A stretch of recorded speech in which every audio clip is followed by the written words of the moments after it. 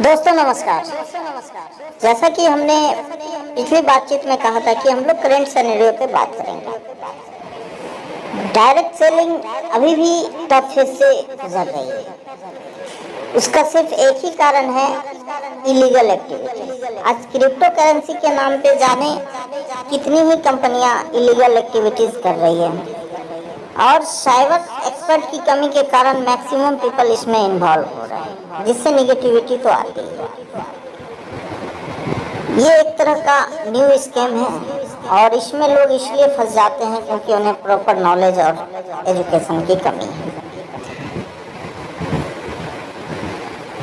लेकिन निश्चित आय और कठिन परिश्रम के कारण कारपोरेट लेवल में भी एम्प्लॉयज का कॉन्फिडेंशियल डाउन होता जा रहा है। जॉब्स डिक्रीज होती जा रही है। आईटी इंडस्ट्रीज भी सिचुएशन पॉइंट पे है। जीएसटी के आ जाने के बाद कुछ कारपोरेट प्लेयर्स भी इस इंडस्ट्रीज की ओर मूव किए।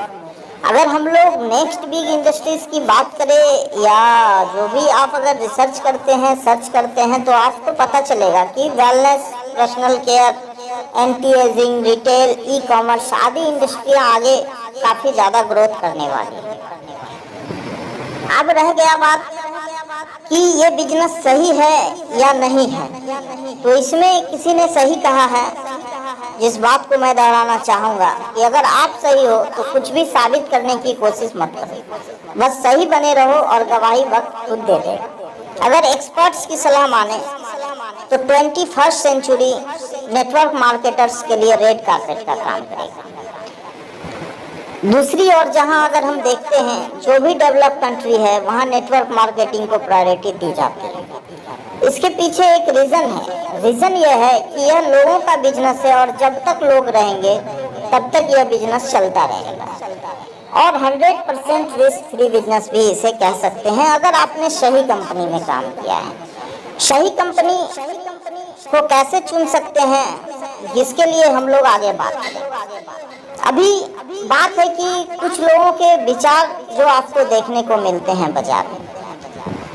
कुछ लोग कहेंगे मुर्गा फंसाने का बिजनेस है, चैन वाला सिस्टम है, बेकार लोगों द्वारा किया जाने वाला सिस्टम है, टाइम वेस्टेड बिजनेस, कोई प्रॉफिट नहीं होता, एटसेट्रा एटसेट्रा बहुत तरह की बातें आपको सुनने को मिली। तो मैं बताना चाहूँगा कि एक बार आपको रिसर्च करने की ज़रूरत है इस बिजनेस पे। इसमें उनकी कोई गलती नहीं है, बस उनके पास सिर्फ प्रॉपर ज्ञान की कमी है। दुनिया में कुछ काम ऐसे भी होते हैं जो लोगों को आसानी से समझ नहीं आते, जैसे फेसबुक एंड व्हाट्सएप।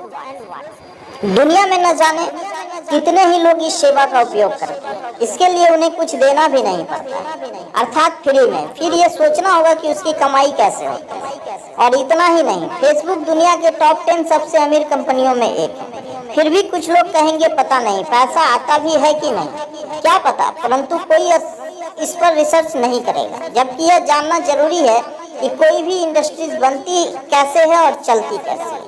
इस पे हम लोग आगे बात कर चुके थे। हम लोगों ने 4th फेज ऑफ इंडस्ट्रीज में बताया था कि किसी भी इंडस्ट्रीज को बनने के लिए 4 फेज से गुजरना पड़ता है: negative phase, positive phase, growth phase और नॉर्मल फेज। आप पिछले बातचीत में जाके आप उसमें समझ सकते हैं कि ये 4 फेज क्या है। आगे हम लोग बात करते हैं कि ये बिजनेस क्योंकि ये बिजनेस अभी भी लगभग निगेटिव फेज में ही है। इसके बाद भी इस काम को करने के कुछ रीजन है।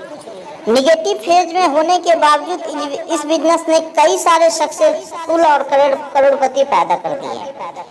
कम या बिना इन्वेस्टमेंट के स्टार्ट हो जाता है। लीडरशिप क्वालिटी को इम्प्रूव किया जाता है। पॉजिटिव लोगों का साथ रह के मोटिवेशन मिलता है, आगे बढ़ने की प्रेरणा मिलती है, इंसान के अंदर जीत का जज्बा पैदा कर देता है। अगर इसके वर्तमान और भविष्य की बात की जाए तो फिक्की को आने वाले दिनों में इंडिया में बहुत बड़ी इंडस्ट्रीज के रूप में स्वीकार कर चुका है। और फिक्की की रिपोर्ट की बात करें तो network marketing, direct selling industries का साइज 7,000 करोड़ रुपए आंका गया है। पिछले 5 सालों में 20% ग्रोथ रेट से इंडिया में डायरेक्ट सेलिंग बिजनेस ने ग्रोथ की है और इस सिचुएशन को देखते हुए फिक्की के अनुसार 2025 तक डायरेक्ट सेलिंग 645 अरब रुपये का व्यापार बन जाएगा। Developed country like America, Australia, चीन, जापान, कोरिया, थाईलैंड, वियतनाम और सिंगापुर आदि ने तो इस इंडस्ट्रीज को काफी हद तक अपना लिया है और लोग भी बहुत जागरूक हैं इस इंडस्ट्रीज से। अब सवाल आता है कि डायरेक्ट सेलिंग है, तो डायरेक्ट सेलिंग के विषय में आप जितना जानो उतना कम है। अगर साधारण भाषा में अगर हम लोग बात करते हैं तो डायरेक्ट सेलिंग एक मार्केटिंग का मेथड है जो गुड्स सर्विस को डायरेक्टली मैन्युफैक्चरर टू कंज्यूमर तक पहुंचाता है। इसके बेनिफिट्स क्या हो सकते हैं? इसके पहले बेनिफिट होता है कि आप किसी भी प्रोडक्ट्स को जब वो बन के मार्केट में आती है तो उसको ट्राई एंड टेस्ट कर सकते हैं।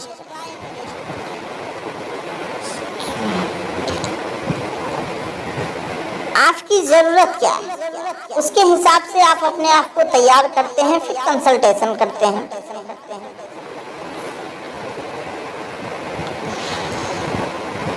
कंसल्टेशन रिलैक्स, फ्रेंडली और environment and the flexible timing में होता है। प्रोडक्ट्स आपके घर पे आ जाते हैं। आपके पास राइट होता है कि आप जो भी कूलिंग ऑफ पीरियड कंपनी द्वारा दिया गया है उसमें अपने ऑर्डर को कैंसिल कर सकते हैं। आपके पास पर्सनल कांटेक्ट होता है सेलर के साथ। आपकी परचेज गारंटीड होती है। ऐसा नहीं है कि आप कुछ खरीदते हैं और आपको कुछ मिल जाता है।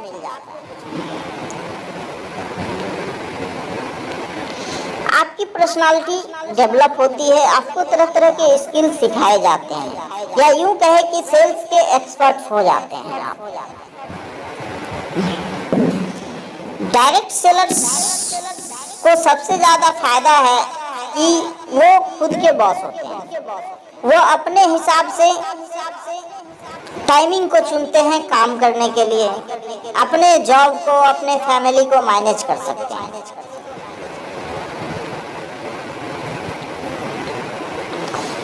यहाँ महिलाओं को भी इंटरप्रेन्योरशिप मिलती है, ट्रांसफरेबल बिजनेस स्किल्स सीखने का मौका मिलता है। लो कॉस्ट है, लो रिस्क एंट्री पॉइंट। कोई बड़ा पूंजी आपको लगानी नहीं है, कोई बड़ा रिस्क लेना नहीं है। यहाँ vocational training and support company द्वारा आपको प्रोवाइड किया जाता है। प्रत्येक व्यक्ति इसको कर सकता है। इसके लिए कोई भी क्वालिफिकेशन की जरूरत नहीं। आपको मैक्सिमम प्रोडक्ट्स हाई क्वालिटी के मिलते हैं, प्रीमियम क्वालिटी के मिलते हैं। सोशल कॉन्टैक्ट्स आपके बढ़ जाते हैं। आपकी पर्सनल रिकॉग्निशन होती है, आपकी पर्सनल पहचान होती है। एक अतिरिक्त इनकम आप अपने लाइफ में ऐड कर पाते हैं। कंज्यूमर की बात किया जाए तो कंज्यूमर डायरेक्ट किसी कंपनी के प्रोडक्ट को टेस्ट करता है। हाई लेवल स्टैंडर्ड का उन्हें प्रोडक्ट मिलता है। प्रोडक्ट के बारे में पूरी इंफॉर्मेशन दी जाती है डायरेक्ट सेलर के द्वारा। दूसरी बात कि वो ऐसे प्रोडक्ट्स के यूजर होते हैं जो जनरली ट्रेडिशनल मार्केट में उपलब्ध नहीं होता है। अगर कंपनी की सर्विस अच्छी है तो उनको प्रोडक्ट उनके घर तक पहुंचता है। किसी के यहाँ जाने की जरूरत नहीं है, किसी को उनके यहाँ आने की जरूरत नहीं। अब सबसे बड़ी बात आती है कि एक अच्छी कंपनी को हम कैसे चुन सकते हैं, क्या चीजें देखनी चाहिए किसी कंपनी में जुड़ने से पहले। इस पे हम लोग अगली बातचीत में बात करेंगे। अभी के लिए बस इतना ही। धन्यवाद। Wish you health, wealth and happiness.